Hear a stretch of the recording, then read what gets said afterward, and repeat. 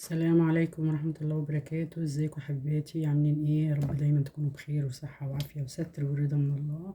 هنسمي الله ونصلي على الرسول. بسم الله والصلاة والسلام عليك يا رسول الله. اللهم اني اسألك التقى والعفاف والغنى والستر والرضا لي وليكم ان شاء الله. يا رب دايما تكونوا بخير وصحة وعافية. هنقول ايه دعاء كده، ايه يا رب اخرجني من حولي وقوتي الى حولك وقوتك يا ذي القوة المتين. الدعاء ده يا جماعة لما بتقولوه ربنا بيسهل عليكم كل حاجة. ولو واحدة ما عندهاش مزاج تعمل أي حاجة بتقوم ربنا بفضله بيخليها تنشط كده وتقوم. كل حاجة بتبقي مقبلة عليها وانت يعني مستريحة وكده. وطبعا الصلاة والسلام على الرسول دايما زي ما قلت لكم، دي فيها بركة ونعمة من الله، وربنا يرزقنا البركة والنعمة يا رب في كل شيء عندنا يا رب. بص جاي لكم بفيديو كده جديد. عندي بدنجانة بدنجانتين، خرطت واحدة هي مكعبات ودي التانية هخرطها ونعملها ايه، بدنجان بالثوم والخل. حاجة يعني ايه تغيير، يعني حاجة تغيير واقتصادية يعني مش مكلفة. لو جبت نص كيلو بدنجان وعملتيه حرشة وجميلة وأولادك هيحبوها وحتى زوجك هيحبها. يعني حاجة كده بسيطة ومش مكلفة، ومش لازم بقى كل شوية لحمة أو فراخ أو بتاع، لأ بنزهق يعني برضو بصرف النظر عن الغلاء اللي احنا فيه. اهو الواحد بيغير، واهو يعني حاجة تفتح نفسك تفتح نفس أولادك، وإن شاء الله تعجبكم بإذن الله. اهو حاجة يعني جميلة وسهلة وبسيطة. هخرطه كده مكعبات واحط عليه ملح، وبعدين هجهز الحاجة اللي هحطها عليه. طبعا كل واحدة بتعرف تخرط الباذنجان اهو. ونخرطه كده مكعبات اهو.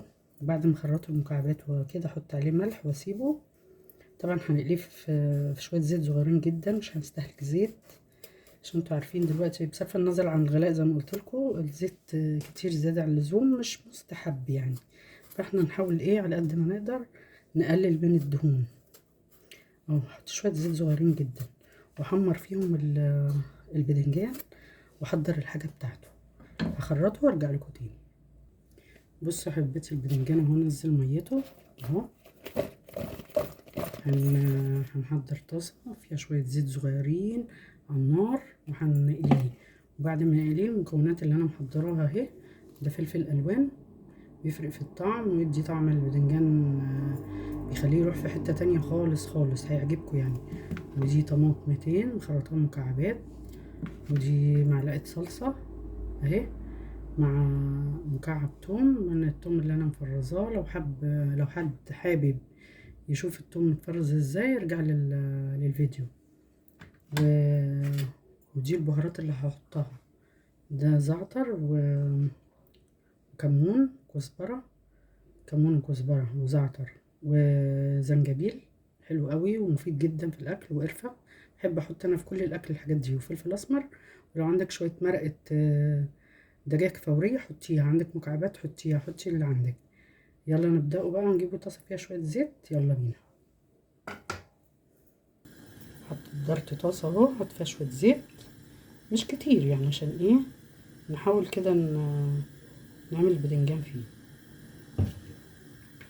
نحمره تحميرة كده ونحمره. هنعمل الخطوات اللي بعد كده، خليكم معايا. بس نحط الباذنجان اهو مع الزيت،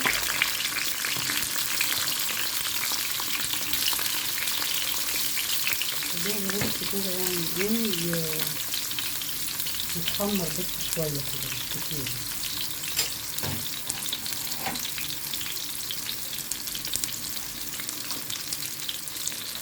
نقلب كده اهو. بسم الله الرحمن الرحيم.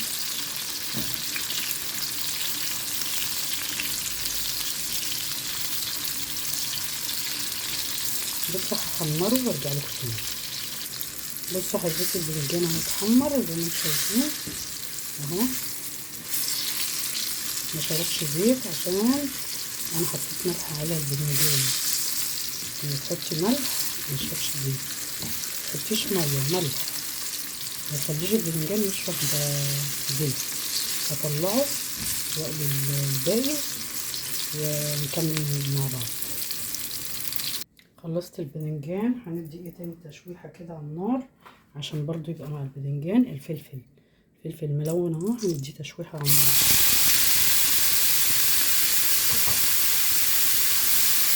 مينفعش نحط ني كده على الباذنجان، لازم نديله تشويحه كده زي ما احنا بنعمل مثلا فلفل اللي احنا هنحطه على المسقعه عادي.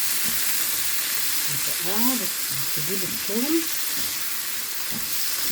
في مسقعة باللحمة المفرومة، في مسقعة كده من غير لحمة مفرومة بتحط عليها بطاطس، دي مسقعة بالثوم، حاجة بقى يعني حرشة تفتح النفس زي ما بيقولوا. لو عملتيها هتعجب ولادك وزوجك ان شاء الله بأمر الله. صلى على الرسول بقى عشان بقى نفسي وما صليناش على الرسول. اللهم صل وسلم وبارك عليك يا رسول الله. اللهم صل وسلم وبارك عليك يا رسول الله. اعملي بس الطريقة وان شاء الله هتعجبكم مش هتندمي، ولو عجبتك الطريقة متنسيش في دعوة حلوة. ربنا يكرمكم يا رب ويوضح مقاسكم جميعا، قادر كريم يا رب. ارفع عننا احنا فيه. الحمد لله على كل حال. كل حاجة يا جماعة بقت غالية جدا في السوق، فاحنا بنحاول اهو على قد ما بنقدر ستات البيوت يحاولوا يعملوا يقتصدوا في العيشة يعني اللي احنا عايشينها دي. الحمد لله. طبعا هشوحهم اهو، خليها تدبل شوية وهرجع لكم تاني عشان مطولش عليكم الفيديو. اهو خليها تتحمر شوية زي ما بنحمر الفلفل كده عادي. انا حاطة فلفل احمر وفلفل اصفر وفلفل اخضر. عايزة اقول لكم بقى لما تحطوا القرن فلفل شطة كده بيخليها يعني تروح في مكان تاني خالص. خليكم معايا.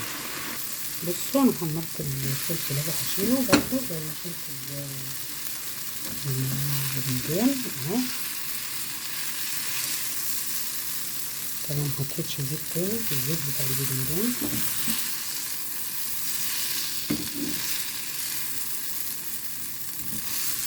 لازم تحمريه عشان تحطيه مع الباذنجان يبقى كله مستوي، ما تستويش شويه اهو. هنعمل ايه بقى الخطوه اللي بعد كده؟ هنحط نقطه بسيطه كده مش عارفه اقول لكم بقى. الفلفل عفوا حامي، قرن فلفل اللي هو الاخضر حامي ولع الدنيا يعني. بس ايه يعني كده نقطه بسيطه اهي. بس هنعمل فيها ايه؟ هنحمر فيها الثوم اهي. الثوم انا عايزه الثوم ايه يعني يبقى مايل كده للذهب يعني ايه، نحمر بس ايه بسيط كده. بسم الله الرحمن الرحيم.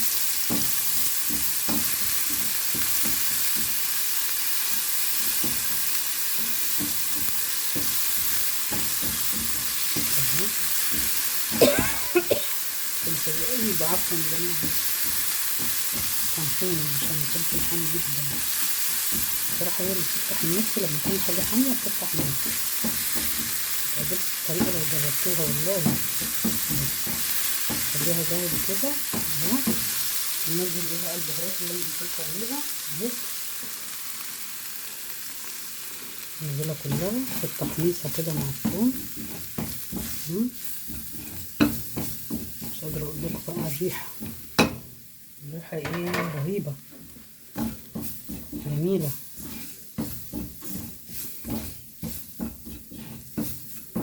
تاخد تحميصه بس صغيره وهحط عليها شويه الخل. بسم الله الرحمن الرحيم. مش هحط زيت كتير عشان الزيت في الباذنجان اصلا، فعشان ايه كل ما نقلل الدهون يبقى احسن. اهو حمصت البهارات شويه مع الثوم اهو. احط ايه بقى؟ احط شويه الخل. بسم الله الرحمن الرحيم.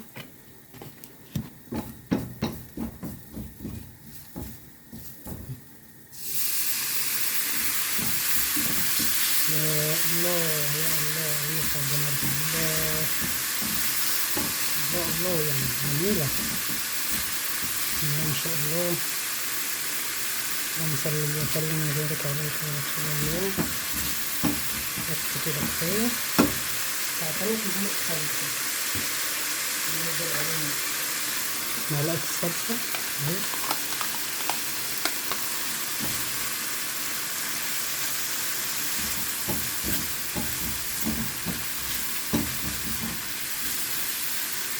بعد كده هننزل عليهم الطماطمتين اللي انا مخرطاهم اهو.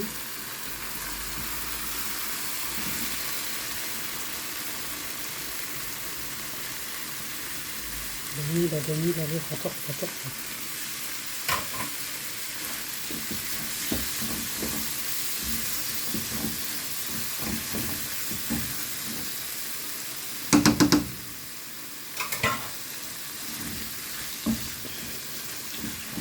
جميلة أوي يا جماعة والله، ريحتها تحفة أصلا.